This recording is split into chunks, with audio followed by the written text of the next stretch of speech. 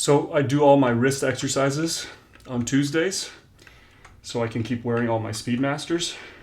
You know, hashtag big wrist energy. Feel the burnout. 13, 14.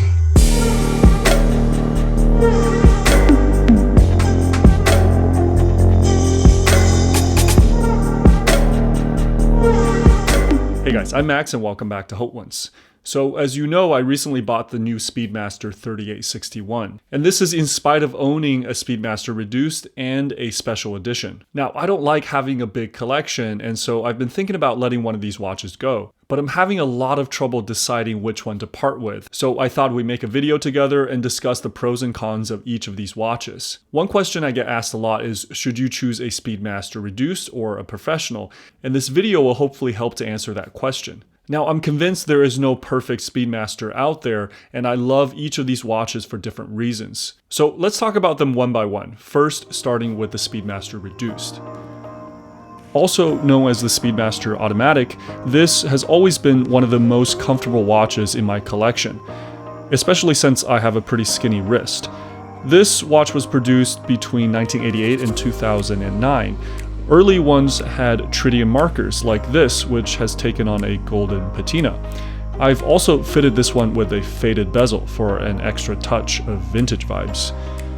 The watch has all the trimmings of a Speedmaster, including white baton hands atop a black triple register dial.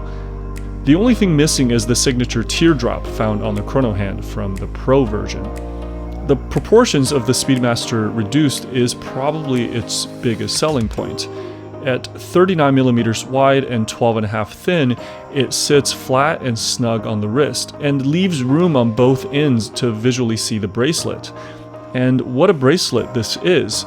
The small president-style links are supple, and the contrast between the polished and brushed sections gives it great versatility. The first generation Reduced had friction clasps, whereas the later 3539.50 featured push-button milled buckles, as well as a sapphire crystal. The Speedmaster Reduced also came in many colorways. Omega really had some fun with these. Some of my favorites included the Schumacher editions, made for the famous F1 driver, and the Marui Panda dials, which were made in collaboration with a department store in Japan. Now, you can still pick up one of these for half the price of a Speedy Pro, and that's a hell of a bargain in my book. The biggest criticism for the Speedy Reduced is probably its movement, and it's the reason some watch snobs say it's not a real Speedmaster. This watch has a ETA-based movement with a Debras chronograph module.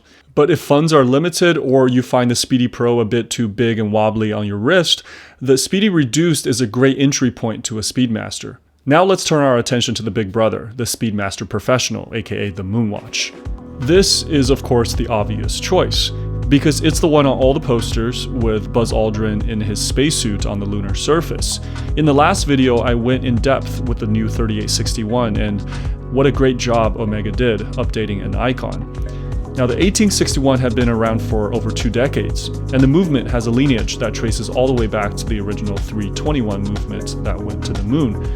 With the new Moonwatch, Omega went through and sort of dotted all the I's and crossed all the T's. The movement now finally has the advancements worthy of 21st century space exploration. Using the 1861 as a base, Omega engineers added a coaxial escapement, a silicon hairspring, and a hacking function. I was also pleasantly informed by a subscriber that the movement runs for 65 hours instead of the 50 quoted by Omega, and the reason he theorized was that only 50 of those met the strict METAS criteria for accuracy.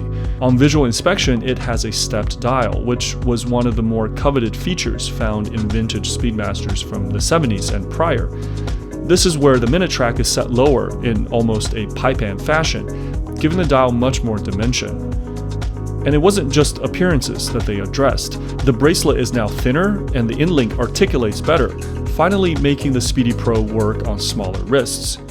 So what else can we say? You take arguably the most iconic watch and you rework and refine all the little details extra 5 to 10%, and what you get is near as can be perfection. Now the price has taken a hike to $6,300 and add an extra $1,000 for the sapphire version. You can argue this is a great candidate for a one watch collection. Keep it on this new great bracelet, put it on some vintage leather, or even on a NATO. This is the OG strap monster. I would easily recommend the 3861 as someone's first watch, and seeing as it's been tested for spacewalks, it's probably more watch than anybody really needs. Okay, so lastly we have a curveball, a Speedmaster Special Edition. Omega's often been ostracized for its history of churning out countless special edition Speedmasters, but apparently when you were the only watch chosen to be on the Apollo moon missions, your marketing department can just sit back and enjoy the free publicity for the better part of a century. Here we have the 1957 reissue, produced in 1997 to commemorate the 40th anniversary of the original Speedmaster. One fact you may already know is that the Speedmaster was originally made in 1957 as a racing chronograph, and only became the moonwatch after NASA got involved. Modeled after the Speedmaster CK2915, this watch features broad arrow hands, a striking stylistic choice that I fell in love with the moment I laid eyes on them.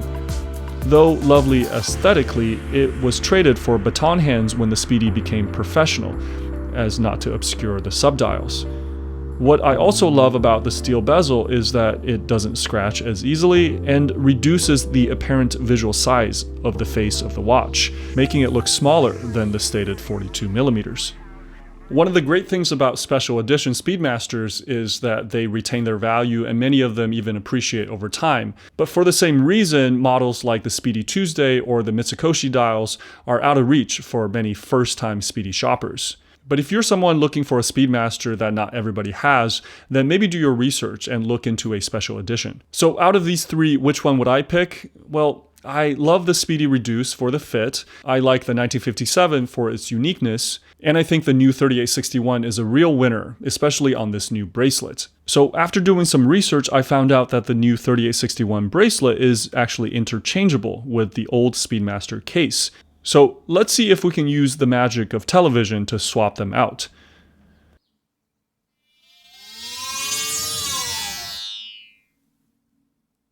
Bam! As you can see, it fits like a glove and really makes the old watch feel like a new design. This bracelet has a nice vintage taper, and though there are aftermarket options, I like that this clasp is milled with a secure push-button deployant. Now, it's not cheap at around $700, but sure is less than a whole new watch. I chose the version from the Sapphire watch with the polished accents because I feel like it plays well with the polished broad arrow hands on this watch. So I think I'll rock this combination for a while because I feel like it sort of combines all the little details I like from the three watches. Now, if you happen to be interested in one of the other two, check out hoteones.shop. I'll probably throw them up there. Okay guys, let me know in the comments below which of these three Speedmasters is your favorite. So thanks for watching. Until next time, take care.